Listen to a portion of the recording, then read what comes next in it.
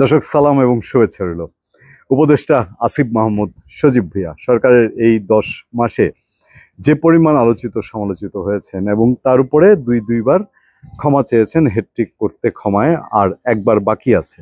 এর বাইরেও না জানা আর কত টপিক আছে যেগুলো জানলে পরে পাবলিকের আসিফ মাহমুদ সজীব ভুঁইয়ার ক্ষমা চাইতে হবে, আমরা জানি না, এটা এখনো হিসাবের বাইরে। অনেক প্রশ্ন।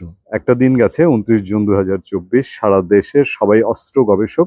কারণটা হলো যে এই অস্ত্র আসিফ মাহমুদ সজীব ভুঁইয়া অস্ত্রের একটা ক্ষুদ্রাংশ, ম্যাগজিনটা যেখানে গুলি রাখা হয়, সেটা তিনি বলেছেন ভুলক্রমে তার ব্যাগে চলে গিয়েছিল। মানুষের মধ্যে প্রশ্ন, সেটা বৈধ না অবৈধ, সেটা ছোট না বড়, সেটা পিস্তল না বন্দুক না রাইফেল, সেটা একনলা রাইফেল না একনলা বন্দুক না দুনলা বন্দুক, সেটা অটো সেমি অটো না ম্যানুয়াল, সেটা কি যথেষ্ট কোন ক্যালিভারের রাইফেল, নানান প্রশ্ন। এবং কত টাকা দিয়ে তিনি সেই অস্ত্র কিনেছেন, এই টাকা কেনার যোগ্যতা তিনি এর মধ্যে অর্জন করেছেন কিনা, মানে এই টাকা তিনি কোথায় পেলেন, এরকম একটা মানুষের অস্ত্র নিয়ে এত আলাপ সালাপ হয় না। এখন তিনি নিজেকে জাহির করেছেন যে কি গণ অভ্যুত্থানের পরে নেতৃবৃন্দের জীবন এমন ঝুঁকির মধ্যে। দেখেন সারা বাংলাদেশের মানুষ, কত মানুষ যারা এই যদি বলেন যে ফেসিবাদের বিরুদ্ধে যারা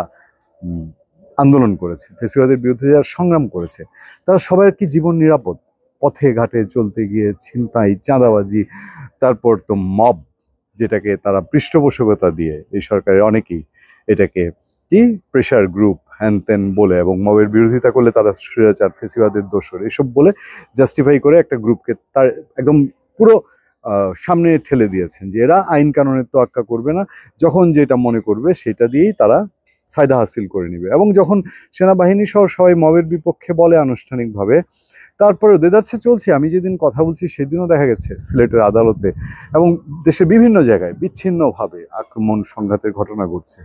সারা দেশের মানুষ নিরাপত্তার জন্য আজকে পিস্তল, রাইফেল, বন্দুক, সামনের দিনে কামান, মেশিন গান, স্ট্যান্ড গান, তারপর এইসব নিয়ে ঘুরবে না এইসব নিয়ে পাহারা বসাবে? আসিফ মাহমুদ সজীব ভুঁইয়া তিনি কোথায় কোথায় এই পিস্তল বন্দুক নিয়ে বহন করেন? আমার একটা ছোট্ট প্রশ্ন বলি তো দেখি, তার চেয়ে কি শেখ হাসিনা খালেদা জিয়া কম বড় নেতা? শেখ মুজিবুর রহমান, বঙ্গবন্ধু শেখ মুজিবুর রহমান, প্রয়াত রাষ্ট্রপতি জিয়াউর রহমান কম বড় নেতা? আলোচিত কখনো হয়নি, তাদের বন্দুক পিস্তল নিয়ে আলোচিত হয়নি। শেখ মুজিবুর রহমানের বন্দুক পিস্তল ছিল, লাইসেন্স ছিল, প্রয়োজন হয়েছে, তার শত্রু কম ছিল এই দেশে। তারপরে শেখ হাসিনা খালেদা জিয়া, শেখ হাসিনাকে কতবার মেরে ফেলার চেষ্টা করা হয়েছে, কই কোথাও তো কোনো এয়ারপোর্টে তারা তাদের ম্যাগজিন নিয়ে ধরা খান নেই। ধরা পড়েছে ওই যে একবার ফুটবলার আসলাম একবার একটা ধরা পড়লো এক হোটেলে, আর এয়ারপোর্টে টুকটাক ঘটেছে, এয়ারপোর্টে ঘটে নাই তা না, কিন্তু এটা একটা গর্হিত সাংঘাতিক রকম অপরাধ। আমি সবই বাদ দিলাম, সব হিসাবের পরেও প্রসঙ্গটা, লোকটা যেহেতু আসিফ মাহমুদ সজীব ভুঁইয়া, আমি শুরুতেই বলে নিয়েছি এর প্রথম কন্টেন্টে আলোচনায় যে ধরেই নিলাম তার এই অস্ত্রটা বৈধ, কিন্তু লোকটা যেহেতু আসিফ মাহমুদ সজীব ভুঁইয়া, আলোচনার জন্ম সেখানেই। কি করেছে তিনি এর মধ্যে? এবার এই অস্ত্র নিয়ে একবার সরি বলেছে, ক্ষমা চেয়েছে ভুলের জন্য।